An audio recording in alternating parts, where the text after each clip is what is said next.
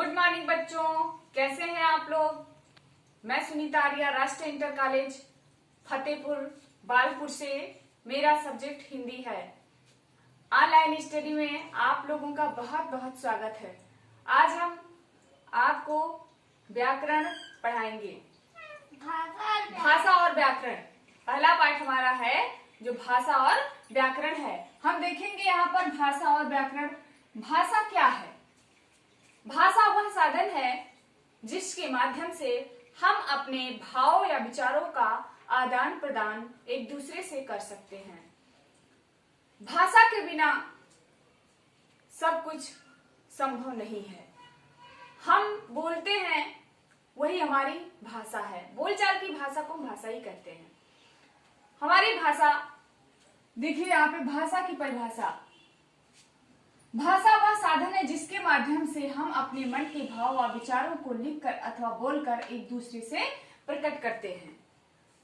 भाषा के मुख्यतः दो रूप होते हैं। सांकेतिक भाषा का भी प्रयोग हम करते हैं। इशारों के माध्यम से हम अपनी बात एक दूसरे तक पहुंचा सकते हैं। यहाँ पे देखते हैं भाषा के रूप। भाषा मुख्यतः दो रूप होते हैं। भाषा के मुख्यतः दो रूप होते हैं। नंबर 1 लिखित भाषा और नंबर 2 यहाँ पे मौखिक भाषा और नंबर 2 लिखित भाषा। मौखिक भाषा क्या होती है? मौखिक भाषा जब हम अपने मन के विचारों को अपने मुख से बोलकर दूसरे से प्रकट करते हैं तो वो मौखिक भाषा कहलाती है। लिखित भाषा जब हम अपने मन के भाव या विचारों को लिखकर प्रकट करते हैं तो वो लिखित भाषा कहलाती है। अब हम यहाँ देखते हैं कि भाषा की इकाइयां कितनी हैं। भाषा की 5 इकाइयां हैं। ध्वनि, वर्ण, शब्द, पद, वाक्य। मुख से निकलने वाली प्रत्येक स्वतंत्र आवाज ध्वनि कहलाती है। मुख से निकलने वाली प्रत्येक स्वतंत्र आवाज क्या कहलाती है? ध्वनि कहलाती है। वर्ण क्या है? वह छोटी से छोटी मूल ध्वनि जिसके टुकड़े नहीं किए जा सकते। शब्द क्या है? वर्णों के सार्थक समूह को शब्द कहते हैं।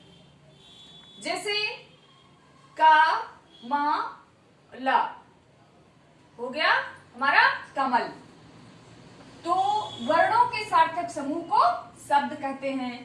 पद क्या है? जब कोई सार्थक शब्द वाक्य में प्रयुक्त होता है तो उसे पद कहते हैं।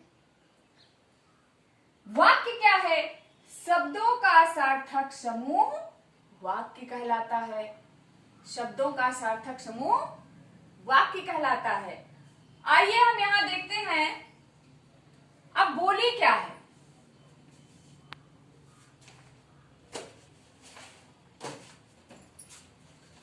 बोली क्या है?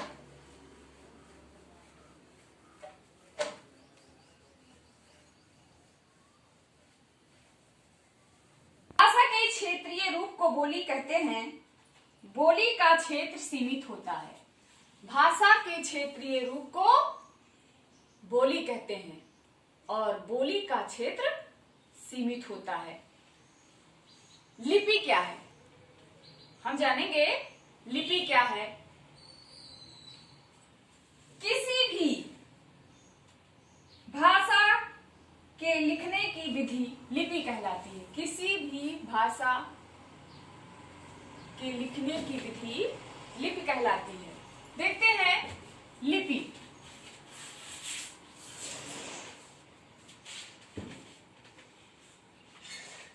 लिपि क्या है?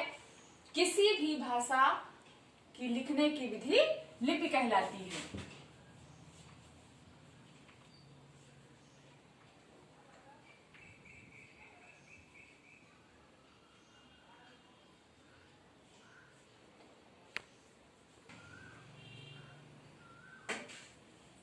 किसी भी भाषा के लिखने की विधि लिपि कहलाती है।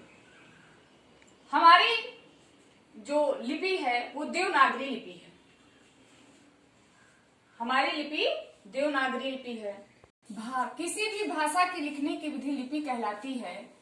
हमारी भाषा की लिपि देवनागरी है, हिंदी और संस्कृत, यानी हिंदी और संस्कृत की देवनागरी है, अंग्रेजी की रोमन और पंजाबी की गुरमुखी, उर्दू की फारसी। अब हम देखते हैं कि व्याकरण क्या है।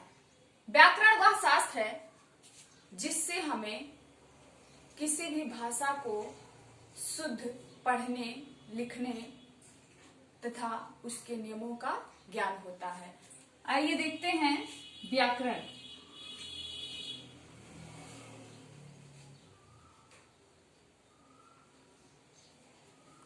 व्याकरण की परिभाषा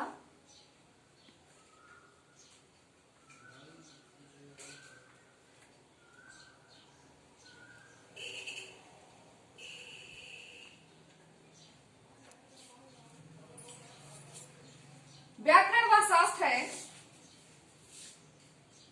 जिससे किसी भी भाषा के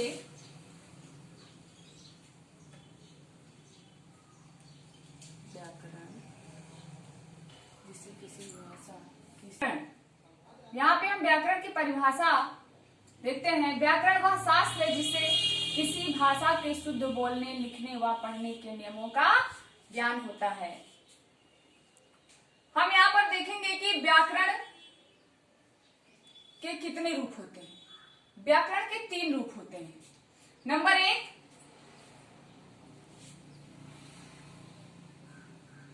वर्ण विचार।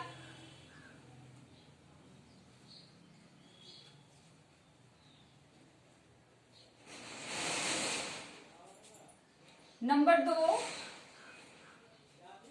शब्द विचार।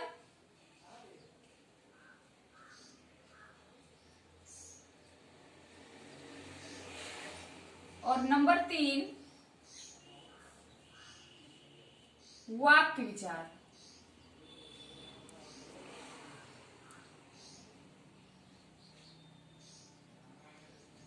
वाक्य विचार। तो बच्चों, इतना मैंने पढ़ाया, आप लोगों को समझ में आ गया होगा। आगे वर्ण विचार, शब्द विचार, वाक्य विचार, इसको कल हम पढ़ाएंगे आप लोगों को। वर्ण विचार से स्टार्ट करेंगे। धन्यवाद।